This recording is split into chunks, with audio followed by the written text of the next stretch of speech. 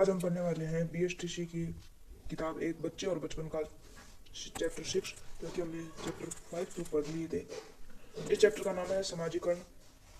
समाजीकरण वह प्रक्रिया है जिसके द्वारा व्यक्ति समूह एक क्रियात्मक सदस्य बनता है तथा उसी के अनुसार है वो कार्य करता है। उसके लोकाचार, परंपराओं तथा सामाजिक परिस्थितियों के साथ अपना समन्वय स्थापित करता है। यह सीखने की प्रक्रिया है जो सीखने वालों को सामाजिक भूमिकाओं का निर्वहन करने योग्य बनाती है तथा जिसके द्वारा व्यक्ति सामाजिक व्यवहारों के साथ अनुकूल करना सीखता है और उसको प्रभावित भी करता है। यह सीखने की प्रक्रिया है जो सीखने वालों को सामाजिक भूमिकाओं का निर्वहन करने के योग्य बनाती है, जिसके द्वारा व्यक्ति सामाजिक व्यवहारों के साथ अनुकूलन करना सीखता है और उसको प्रभावित भी करता है। उपयुक्त विशेषण से निम्न बिंदु उभर कर आते हैं। ये थोड़ा सा नोट में गलती हो गया है, रिपीट हो गया। यह सीखने की एक सतत प्रक्रिया है। समाजीकरण द्वारा बच्चा समाज का क्रियाशील सदस्य बनता है। इस प्रक्रिया में बच्चा सामाजिक व्यवहारों को समझते हुए धारित करता है। समाजीकरण में बच्चा सामाजिक परिस्थितियों के अनुरूप वातावरण के साथ समन्वय है स्थापित करता है। बच्चे अपनी संस्कृति एवं मूल्यों के अनुरूप सामाजिक भूमिकाओं का कुशलतापूर्वक निर्वहन करना सीखते हैं। समाजीकरण की प्रक्रिया को प्रभावित करने वाले कार्य: लालन पालन। जन्म के बाद शिशु की देखभाल एवं आवश्यकताओं को समझना, उन आवश्यकताओं को तत्परता एवं लगाव के साथ पूरा करना, शिशु को स्नेह एवं पोषण प्रदान करना शिशु की प्राथमिक आवश्यकताओं के संतुलित उचित लालन पालन द्वारा ही संभव है। अतः एवं बच्चे के व्यक्तित्व को आकार प्रदान करने में लालन पालन का बहुत महत्वपूर्ण योगदान है। नेक्स्ट है सहकारिता। शिशु जीवन के प्रारंभिक वर्षों में अपने पारिवारिक वातावरण से सहकारिता का पाठ सीखता है। शिशु अपने आसपास जो कुछ देखता है उसी का अनुसरण करता है। माता पिता का आपसी सामंजस्य, भाई बहनों से लगावपूर्ण संबंध, दादा दादी, नाना नानी एवं अन्य परिवारजनों से घुलने मिलने एवं विविध क्रियाकलापों के द्वारा बच्चे में सहकारिता का भावना सहज उदित होने लगती है। तीसरा कारक है सहानुभूति। जीवन के आधारित वर्षों में बच्चे के असामान्य सामाजिक व्यवहार में परिष्कार के दौरान यदि पीड़ाजन्य अनुभव का एहसास होता है तो बच्चे के समाजीकरण में अवरोध होता है। शिशु अवस्था से बच्चे को प्यार, दुलार एवं सहानुभूति के साथ सामाजिक व्यवहार सिखाए जाने चाहिए।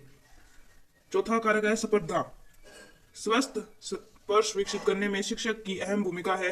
शिक्षक जाति, धर्म, लिंग भेद, संकीर्णताओं से ऊपर उठकर अपने विद्यार्थियों को कक्षा कक्षों से बाहर की गतिविधियों में परस्पर अंतःक्रिया के दौरान स्वस्थ स्पर्धा हेतु प्रेरित करते हैं। ऐसे में विद्यार्थी समुदाय अपनी पूर्ण समझ बनाते हुए समूह में अपनी सहभागिता प्रदान करते हैं।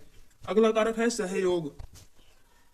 आपसी सहयोग से एक दूसरे की मदद करके बच्चे समाज में प्रतिष्ठा अर्जित कर अपना स्थान बना सकते हैं। इसके लिए सशक्त अंतःक्रिया आवश्यक है क्योंकि यह सहयोग देने या लेने के लिए मजबूत आधार बनाती है। बच्चे अपने जीवन काल में विविध सामाजिक संस्थाओं के संपर्क में आकर अंतःक्रिया करते हुए सहयोग करना सीखते हैं। छठा कारक है आक्रामकता। व्यवहार परिमार्जन में शिक्षक समाज का एक अभिन्न अंग है। यदा कदा शिक्षक बच्चों को यह भी सिखाता है कि बच्चे अपने अधिकारों को पाने के लिए आक्रामक रूप अपनाते हुए अपनी बात रख सके। बच्चों द्वारा प्रदर्शित आक्रामकता उन्हें अपने जीवन काल के सामाजिक परिवेश में विविध क्रियाकलापों अथवा गतिविधियों के सकारात्मक रूप से जुड़ने में सहायक हो सके और बच्चे समाज में अपनी सही तस्वीर बना सके। अगला टॉपिक है बच्चे में समाजीकरण की प्रक्रिया विभिन्न संस्थान के माध्यम से होती है, जो निम्न है। पहला है परिवार। बच्चा जन्म के बाद अपने माता पिता, भाई बहनों एवं अन्य परिवारजनों के संपर्क में आता है। बच्चा अपने लालन पालन के दौरान परिवार के विभिन्न तरीकों से परिचित होता है। माता पिता का सामंजस्य, साथ, लगाव, देखभाल एवं समझ बूझ से की गई परवरिश पर बच्चे के भावी जीवन की नींव खड़ी होती है। दूसरा है विद्यालय। जीवन के प्रारंभिक वर्षों में शिशु घर की चारदीवारी से निकलकर विद्यालय के वातावरण में प्रवेश कर नवीन सामाजिक परिवेश से परिचित होता है। विद्यालय के नए सामाजिक परिवेश में बच्चे अपने हम उम्र संगी साथियों से विद्यालय की विविध परिवारजनों के संपर्क में आता है। नेक्स्ट है समुदाय। समुदाय सामाजिक अनुभवों का केंद्र बिंदु है। प्रत्येक समुदाय की अपनी प्रथाएं, परंपराएं, रीति नीतियां बच्चे के सामाजिक व्यवहार के निर्धारण एवं विकास में सहायक होती है। समुदाय की सामूहिक क्रियाओं में भाग लेने से बच्चे को समाजीकरण में सहायता मिलती है। अगला चौथा टॉपिक है मित्र मंडली। समाजीकरण की संस्थाओं में मित्र मंडली की अहम भूमिका है। बच्चा अपनी मित्र मंडली के साथ खेलते कूदते पढ़ते हुए अनेक प्रकार के व्यवहारों को सीखता है, जैसे खेल के नियम, सहयोग, अनुशासन, समायोजन, परिणाम और नेतृत्व आदि। पांचवा टॉपिक है शिक्षक। बच्चे के व्यक्तित्व निर्धारण एवं उसके समाजीकरण में शिक्षक महत्वपूर्ण भूमिका निभाता है। शिक्षक के व्यक्ति चारित्र एवं व्यवसाय गुणों का प्रभाव बच्चे के व्यवहार पर पड़ता है। शिक्षक बच्चे की शिक्षण संबंधी नियमितताओं के साथ साथ आदत व व्यवहार संबंधी समाजीकरण करने में भी सहयोग प्रदान करता है। अगला है मीडिया। आज के जन्म से ही मीडिया के प्रभाव पड़ रहे हैं, अतः मीडिया के व्यापक संसार से बच्चे अछूते तो नहीं है। बच्चा अपने बचपन से ही क्या करता है कि मीडिया के संसाधनों जैसे TV, radio, tape recorder, internet, पत्र पत्रिकाएं, मोबाइल आदि का उपयोग करता है और समाजीकरण को नया अर्थ प्रदान करता है। अगला टॉपिक है सामाजिक अंतःक्रिया। यह स्वयं सीखने का एवं समाज में स्वयं को डालने का आधार है। इस प्रकार बच्चों में अनवरत रूप से सामाजिक व्यवहार की सही समझ विकसित होती है, जो समाप्त एवं समाज एवं संस्कृति के अस्तित्व को बनाए रखने में मदद करती है। सामाजिक अंतःक्रिया को दो स्तरों पर अध्ययन कर सकते हैं, जैसे सूक्ष्म और वृहद। पहला है सूक्ष्म अंतःक्रिया, व्यक्ति के मध्य तक ही सीमित है, यानी यह एक व्यक्ति के मध्य तक ही सीमित है। इसमें एक व्यक्ति का दूसरे व्यक्ति के साथ पारस्परिक संबंध होने के कारण सामाजिकता के गुणों को ग्रहण करता है, यानी ये दो व्यक्तियों से के मध्य हो जाती है। अगला है वृहद अंतःक्रिया, जैसे ये किस्म के समुदाय, राज्य, राष्ट्र, अंतरराष्ट्रीय स्तर तक विस्तार के लिए होती है। इसमें व्यक्ति विशेष विस्तृत रूप से संबंध स्थापित करता है और एक दूसरे की संस्कृति के आचार विचारों के साथ आत्मसात करता है। अगला टॉपिक है संप्रेषण। हम पारस्परिक अंतःक्रिया के लिए शाब्दिक एवं अशाब्दिक व्यवहार का प्रयोग करते हैं, ठीक है। इसे हम संप्रेषण के नाम से भी जान सकते हैं। संप्रेषण की प्रक्रिया में दो या दो से अधिक व्यक्ति अपने विचारों एवं भावों का आदान प्रदान करते हैं। सामाजिक संपर्क स्थापित करने में संप्रेषण के साधन उपयोगी हैं। संप्रेषण क्या होता है? दो व्यक्तियों के बीच जो संबंध होता है ना, जो यानी विचारों का आदान प्रदान होता है, वो क्या है? संप्रेषण, यानी भाषा एक प्रकार का संप्रेषण है। अगला टॉपिक है जेंडर। जेंडर एक सामाजिक आयाम है जो हमें स्त्री या पुरुष होने की पहचान में विभाजित करता है। बच्चे के जन्म होते ही एक कल्पना बनने लगती है कि इसकी पहचान एक ताकतवर, शक्तिशाली, रोबीले, कमाऊ, व्यवहारिक व्यक्ति के रूप में होने लगती है। अर्थात एक लड़का होता है वो शक्तिशाली, ताकतवर और कमाऊ व्यवहारिक व्यक्ति के रूप में लगता है। इसी तरह जब कोई लड़की जन्म लेती है तो उसकी पहचान कमजोर, पराधीन, सहनशील आदि के रूप में होने लगती है। बालिका के संदर्भ में उसी समय के उसके समाजीकरण की प्रक्रिया भी शुरू हो जाती है। अगला टॉपिक है जेंडर के विकास हेतु उत्तरदायी कारक कौन कौन से हैं? तो पहला है जैविक प्रभाव। मानव में क्रोमोसोम यानी गुणसूत्र का 23वां जोड़ा लिंग का निर्धारण करता है। सामान्यतः महिलाओं में 2 एक्स गुणसूत्र होते हैं, जबकि पुरुषों में एक्स और वाई होते हैं। जेंडर विकास हार्मोन के बनने व सक्रिय होने से होता है। गुणसूत्र लिंग विभेद निर्धारित करते हैं, जबकि संस्कृति व समाज जेंडर को सशक्त एवं सख्त बनाने में अपनी अहम भूमिका निभाते हैं। दूसरा है सामाजिक प्रभाव, यानी माता पिता व परिवार। तीसरा है संज्ञात्मक प्रभाव। कोलबर्ग ने जेंडर के विकास पर संज्ञानात्मक प्रभाव की भूमिका को निम्न प्रकार से बताया। स्तर 1, जेंडर पहचानना। इसमें बच्चा जैसा भी अपने परिवार में रहकर सुनता है, उसी रूप में जेंडर को देखने लगता है। इससे प्रभावित होकर बच्चा स्वयं व अन्य को लड़का अथवा लड़की के रूप में देखना शुरू कर देता है। इस स्तर में बच्चा जेंडर को एक स्थायी रूप से नहीं देखता है। दूसरा स्तर है जेंडर स्थिरता। इस स्तर में एक समय के उपरांत जेंडर को एक स्थायी रूप में देखना शुरू कर देता है। वह समझता है कि लड़के पिता बनेंगे और लड़कियां मां बनेंगी। स्तर तीसरा है जेंडर पूर्व स्थायित्व। इस स्तर पर बच्चा है वो जेंडर को पूर्ण व स्थायी रूप से देखने लगता है। वह समझता है कि यह एक जैविक प्रक्रिया है। अगला टॉपिक है अस्मिता। अस्मिता वह विशिष्ट लक्षण है जो किसी व्यक्ति से संबंधित हो सकता है अथवा समूह सदस्यों द्वारा समझा भी जा सकता है। इसे विशिष्ट लक्षण इसलिए कहा जाता है क्योंकि समाज में व्यक्ति अथवा समूह की स्थिति को निर्मित करने में इसकी महत्वपूर्ण भूमिका होती है। अस्मिता की निर्मित एक व्यापक प्रक्रिया है जो किसी भी व्यक्ति अथवा समूह के लिए उसके उद्भव से ही आरंभ हो जाती है। व्यक्ति और समूह अपने अतीत और अपने वर्तमान दोनों के माध्यम से अस्मिता का निर्माण करता है। अस्मिता का निर्माण एक कारक पर नहीं, बल्कि इसका निर्माण है व्यक्ति अथवा समूह के सांस्कृतिक व राजनीतिक परिदृश्य आदि पर आधारित होता है। इस प्रकार समाजीकरण की प्रक्रिया के द्वारा बच्चे को अस्मिता के विकास पर बहुआयामी प्रभाव पड़ता है। अगला टॉपिक है बच्चों की अस्मिता को प्रभावित करने वाले कारक।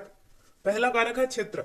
समाजीकरण के प्रमुख घटकों में क्षेत्रीयता का विशिष्ट स्थान है। बच्चे का जन्म, लालन पालन जिस परिवेश में होता है उसी के अनुसार बच्चा है उसका समाजीकरण हो जाता है। क्षेत्रीय विशेषताएं और लक्षण बच्चे की अस्मिता को प्रभावित करते हैं, उसकी अस्मिता के परिचायक बन जाते हैं, जैसे बिहारी, मेवाड़ी, मारवाड़ी, बंगाली, पहाड़ी, शेखावाटी। अगला दूसरा कारक है धर्म। समाज बच्चे के व्यवहार को नियंत्रित करता है।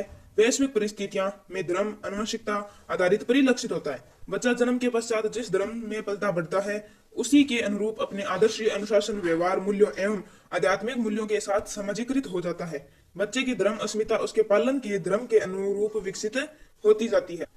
तीसरा कारक है जाति। आदिकाल से मानव समाज में विभाजन का एक मुख्य आधार जातियां रही है। प्रत्येक जाति की अपनी कुछ विशेषताएं होती है जिसका प्रभाव उस जाति के बच्चों की अस्मिता पर पड़ता है। जैसे विविध जातियों के रीति रिवाज, परंपरा, मान्यता और सामाजिक नियमों के आधार पर जाति विशेष के लोगों के व्यवहार, रीतियां, नीतियां में भिन्नता पाई जाती है। यह भिन्नताएं उस जाति में पलने बढ़ने वाले बच्चों की अस्मिता को भी प्रभावित करती है। चौथा कारक है लिंग। मानव समुदाय को लैंगिक आधार पर जाना जाता है। समग्र वैश्विक समाज में महिला व पुरुषों ने अपनी क्षमताओं विशेषताओं के कारण विशिष्ट अस्मिता धारित की है। विभिन्न धर्मों में विभक्त मानव समुदाय में लिंग आधारित विभेदन देखने को मिलता है। किसी सामाजिक परिवेश में मानव समुदाय की लिंगगत स्थिति उसकी भूमिकाओं व विशेषताओं के आधार पर सम्मानजनक है, जो बच्चे को सामाजिकरण सम्मानजनक तौर पर होता जाएगा। अगला टॉपिक है विशेष योग्यता वाले बच्चों के बचपन की स्थिति।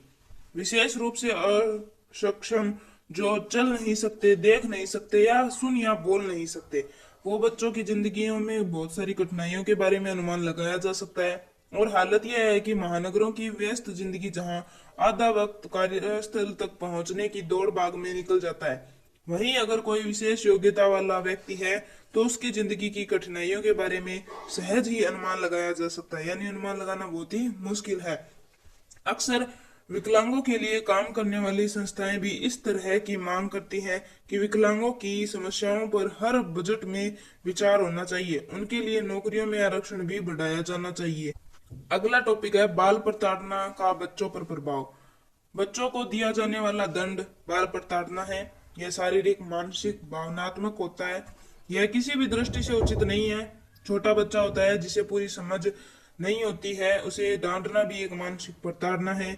गलती हो जाने पर चपत लगा देना या स्कूल में उठक बैठक लगाना, कक्षा के बाहर खड़ा कर देना, ये भी शारीरिक प्रताड़ना है।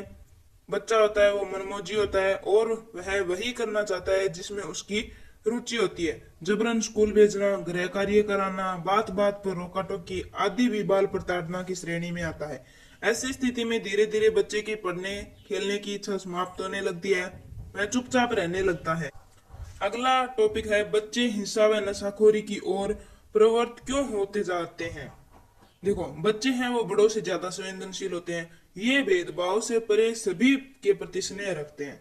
ऐसा ही विश्वास व स्नेह बड़ों से भी चाहते हैं, परंतु बच्चों के पढ़ने व खेलने की आयु में उन्हें विपरीत परिस्थितियों में बचपन गुजारने के लिए मजबूर कर देना अमानवीय ही नहीं बल्कि मानवाधिकार के भी विरुद्ध है। बच्चों की विपरीत परिस्थितियों में जाने के कारण जैसे निर्धनता यानी गरीबी, अशिक्षा, बड़ा परिवार, बच्चों में भेदभाव, माता पिता द्वारा बच्चे का परित्याग, अनाथ, परिवार से पिछड़े हुए बच्चे, प्राकृतिक आपदा से प्रभावित बच्चे, ये बच्चे सामान्यतः हिंसा से लिप्त हो जाते हैं और उनमें नशे की आदत पड़ जाती है। बाल प्रताड़ना से उनमें घृणा, भय, उद्धता उत्पन्न हो जाती है। पारिवारिक मनमुटाव जैसे माता पिता का झगड़ना, शराब पीकर मारना, इन सभी बातों का भी बच्चे के मन पर गहरा प्रभाव पड़ता है। अगला टॉपिक है हिंसा।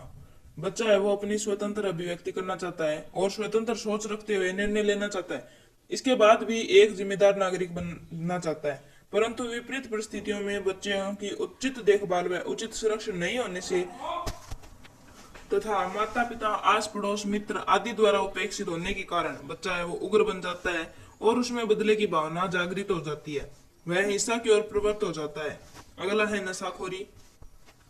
बच्चा है वो घर परिवार में जो भी देखता है उसकी नकल करने का प्रयास करने लगता है और आजकल के बदलते परिवेश में माता पिता बहुत ज्यादा व्यस्त रहने लगे हैं और उनके पास समय की इतनी कमी है कि वे बच्चों पर ध्यान ही नहीं दे पाते हैं और इस प्रकार बच्चों से बात भी नहीं कर पाते हैं। बात बात में डांट भी देते हैं। बच्चे इससे निराश हो जाते हैं और वह अपने दोस्तों की ज्यादा घुल मिल जाता है और उन्हीं के साथ रहता है जहां उसे ज्यादा सहानुभूति मिलती है, चाहे उसके साथी उचित आदतें वाले हो या गलत हो। इस प्रकार लाड प्यार के अभाव में तथा उन्हें अहमियत न देने के कारण बच्चा वो नशाखोरी की आदतों से ग्रसित हो जाता है। धन्यवाद, मिलते हैं नेक्स्ट वीडियो में। इस वीडियो को दबा के शेयर कीजिए और हम लेकर आएंगे आपके लिए अच्छे वीडियो स्टडी वाले।